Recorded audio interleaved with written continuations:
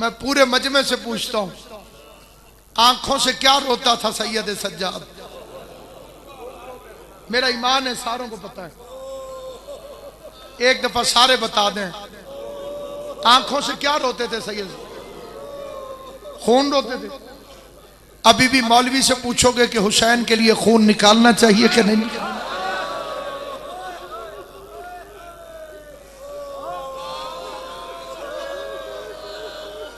سجاد شریعت بھی ہے اور عزادار بھی، یتیم حسین ابن علی۔ آج جب اس کا جنازہ اٹھا ہوگا تو میرے مولا نے سوچا نہیں ہوگا کہ بابا مجھے تو کفن بھی مل رہا ہے، میرا تو جنازہ بھی اٹھ رہا۔ ساری زندگی دو چیزوں کو روتا رہا، زینب کی چادر، حسین کا لاشا۔ رو رو کے کہتا تھا اے بابا حسین، کائنات میں کوئی بھی مرے اسے 6 چیزیں ضرور ملتی ہیں، غسل، کفن، روئی، کافور، جنازے کا جلوس، دفن ہونے کی جگہ۔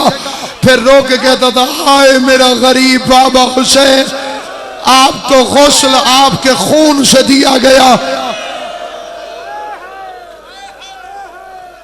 بزرگوں نے میرے فکرے کو سمجھا ہے، چھوٹے بچوں کو سمجھانا ضروری ہے۔ غسل کا پہلا مسئلہ یہ ہے کہ جسم کی کوئی جگہ خشک نہ رہ جائے۔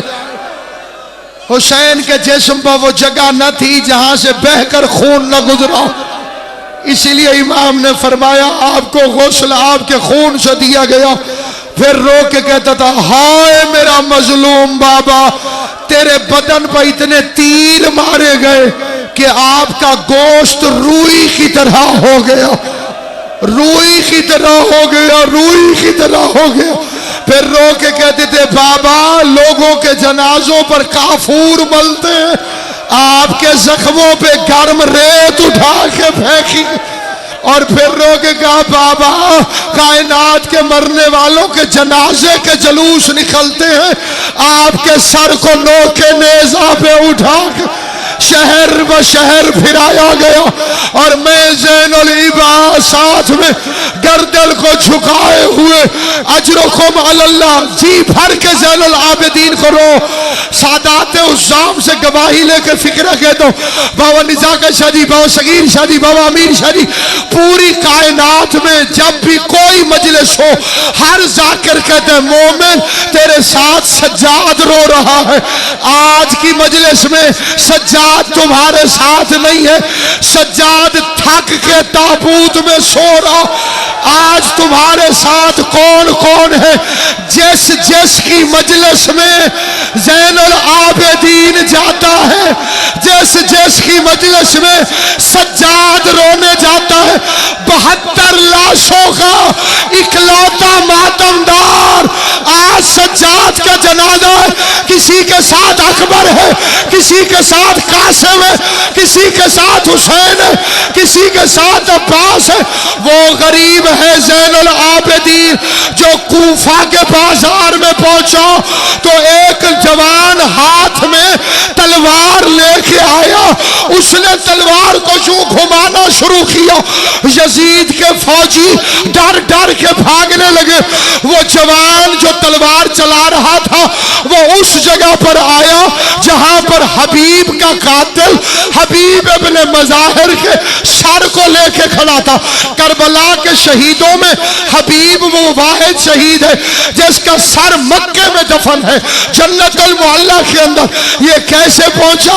اس کا بیٹا لے گیا تھا، اس نے تلوار ماری باپ کے قاتل کو، اس سے نیزہ چھینا، تلوار کو شو چلاتا تھا تاکہ کوئی قریب نہ آ سکے۔